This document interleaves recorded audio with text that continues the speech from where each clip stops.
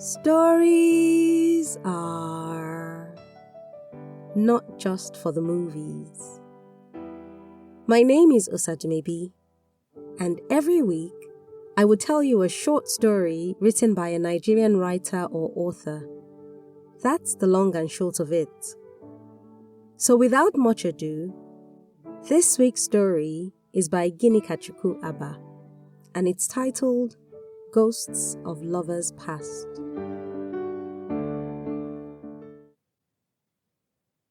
There are things Onyeka believed only happened in movies. Number 1. Ghosts coming back to haunt the person or persons who killed them. Number 2. Bad karma following people who did bad things. And number 3. Old lovers suddenly popping back into your life when you had finally forgotten about them completely. Just to mention a few.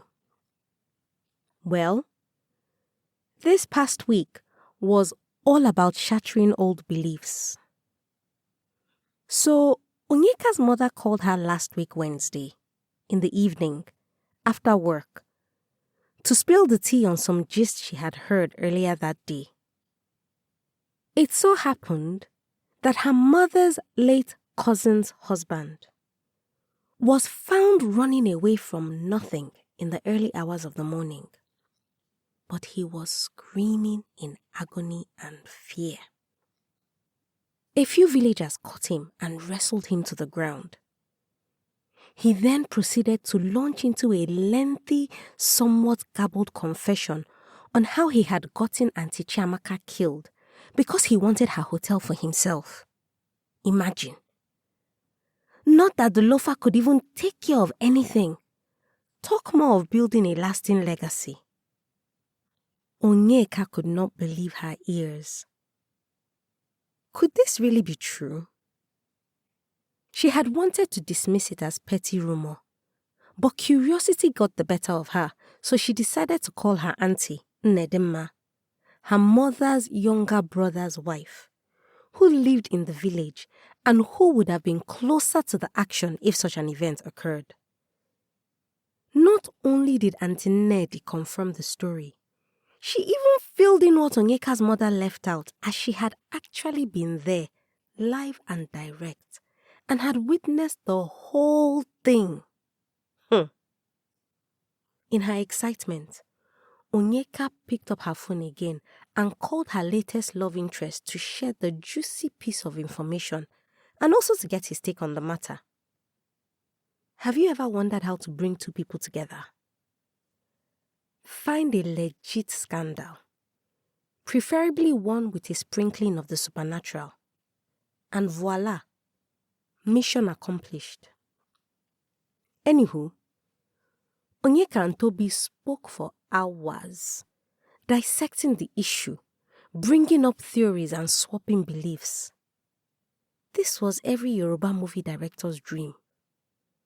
They even spoke until her airtime ran out. She was about to buy more credit to call her lover back, but her phone rang, so she picked up immediately without looking at the caller ID, promptly picking up her rambling from where she had left off.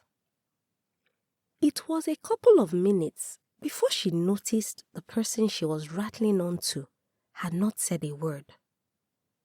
So she paused her animated talking and brought the phone to her face. Unknown caller. Hey! She wondered who she had spent the last couple of minutes telling private family business to. Hey, baby. Onyeka's heart skipped 2.5 beats, and then it started racing. She knew that voice anywhere. She hadn't heard it since like 2 Decembers ago, but she had been in love with that voice. Silently hoping to God that she was wrong, she summoned courage and asked, "Who is this?" The eerily familiar voice replied, "It's Louis." Onyeka gasped in horror. It could not be. And then her phone began to beep. Incoming call from Toby.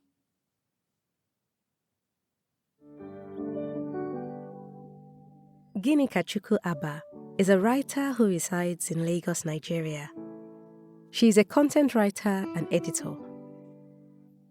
You can read more of her work on Medium at Ginikachukwu. You can also connect with her on Instagram at Ginikachukwu_Dera, on Twitter at Sharon Abah, and on LinkedIn at Ginikachukwu Abah. Details and links will be in the episode description. If you've got a story you would like to be featured on this podcast, or a published book you want to make into an audiobook, send me a message at Osademebi on either Facebook, Instagram, LinkedIn, or Twitter. I look forward to collaborating with you. And if you've enjoyed this week's episode, tell a friend that stories are a good escape for a few minutes each week.